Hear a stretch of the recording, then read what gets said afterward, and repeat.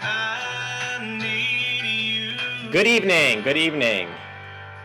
This is Moshe Landman with the Maryland Green Party and the shirt, of course, with some music here. Tonight, we're going to be talking about U.S. transportation with the Green Party's perspective for the upcoming election. But first, let's get into the Lake Shelton spirit. We're coming from a global perspective, but tonight we're really talking specifically about America. Let's get right into it. The Green Party supports a transportation policy that emphasizes the use of mass transit and moves towards the full electrification of automobiles, trucks, trains, and airplanes using zero-emission energy. We call for major public investment in mass transportation so that such systems are cheap or free to the public and are safe, accessible, and easily understandable to first-time users. We need ecologically sound forms of transportation that minimize pollution and maximize efficiency. Surfaces impermeable to rainwater, polluted storm runoff, paved over or polluted wetlands, the heat island effect, air pollution, and acid rain are all directly related to a transportation system run amok. We will create a smart, clear national transportation plan, including reinvest in our national rail network. We need an entirely new, updated rail network and train system. We all know that it's getting old. Japan is way ahead of us. China, there's trains there. They move on magnetic air much faster than our trains, much more advanced. Restore quality bus service to rural and remote America and purchase electric buses. So let's transition our entire national bus system to electric. We're doing that in Maryland, are on the way to doing it in Maryland, the entire country. We'll talk about that soon. Increase federal funding for pedestrian, cycling, and car sharing infrastructure in towns and cities. Reinvest in public transportation infrastructure to make it convenient, safe, comfortable, and affordable. Offer greater rebates for purchasing energy efficient and electric vehicles. And within 10 years, ban the purchase of a new internal combustion engine vehicle. Mandate energy retrofits for all buildings by 2030 and move towards 100% renewable energy for all urban buildings and areas by 2045. So the Green Party believes that our transportation system is entirely or heavily based on fossil fuels. That's just how it was since the Ford Model T and everything we've done. Airplanes using heavy oil.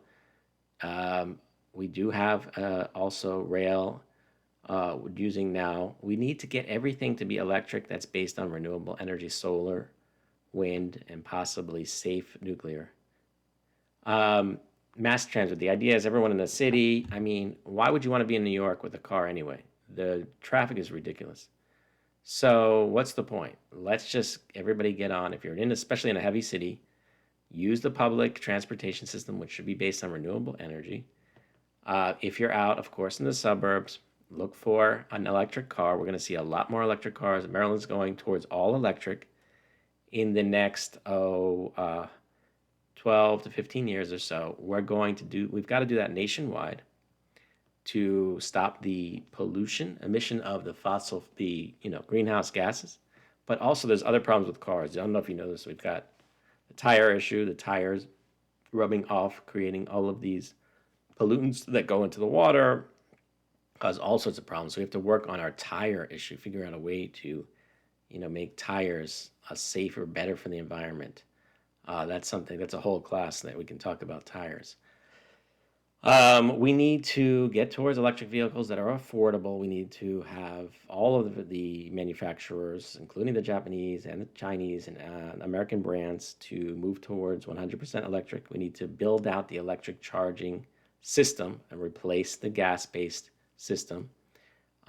And that's something we need to do. Now, surfaces impermeable. We have roads, we have parking lots. We can turn parking lots instead of being fully paved, they can be permeable with their sort of like grass types parking lots that they actually allow the water to seep through and they actually filter the water as well, because we have the big problem of stormwater runoff. All of those oils and gases they run off towards our streams, and then they go into the Chesapeake Bay. Mass, pollution, killing fish, wildlife, the excessive nitrogen, all of these toxins. The heat island effect, so we want to have more greenery within our cities, on all of the building tops, all over the place, that will absorb that heat. And that's a big problem. Acid rain, of course, these pollutants going up into the air, etc. So we want to have a brand new transportation rail network that is fully electric and faster, better buses, car sharing. The idea of we already have the Ubers and such, but if you are using still a gas powered car, you do want to reduce the use of that as possible, a more efficient car. And then, of course, the energy. I guess we're talking about buildings. All buildings, we want to move towards energy net zero. So that means going from your natural gas oven to a electric that's based on everybody getting community solar. If you don't have a solar on your roof, you can easily tap in right now. Companies like Arcadia. I use Nautilus. I'm actually saving money, and all of my electric in this house comes from a community solar based in Western Maryland. Which is amazing. So we want to also, and then we're going to have to change your entire heating or cooling system from natural gas now to electric. So like you want to have heat pumps. Your natural gas water heater, we want to remove that. Natural gas is another greenhouse gas. We want to turn that into electric. But of course, this all depends on the fact that our public electric system doesn't come from coal, gas, or other greenhouse gas sources. We've got to make sure that our utilities switch over, and there's many ways to do it. We're doing credits. Right now, we have the carbon credit system. We can also, incentivize people to switch over, and then we can just require it. It will be required for everyone in Maryland to use to have their electricity coming from renewable sources, to have their car to be renewable, and that's it. Our houses, our buildings will all be renewable. And that's it. We just move over. It's gonna be more efficient. The cars are gonna be faster. We're all gonna save money on gas. So there's no problem here. Gas is oil's running out anyway. It's feeding terrorist sponsoring nations. Let's get off of it, and that will help reduce the carbon footprint. But it won't solve our climate crisis. We're gonna need vacuums. We're gonna need carbon sinks, such as trees, forests, seaweed in the oceans. We're going to have to maybe turn the oceans into more absorbent bodies, or possibly iron.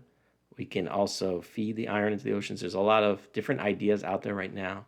Soil is the big one, probably the biggest one. If we can renew our soils around the world, especially in America, make them much richer with organic content, those are going to absorb a lot more, even more carbon dioxide than the trees themselves. So we need to rebuild our soils, especially the sort of swampy soils and the Amazon soils, but really all over the world. If we can rebuild our soils, that will absorb the excess carbon dioxide, that will cool us down to a more normal level, and we can save our planet and our food source.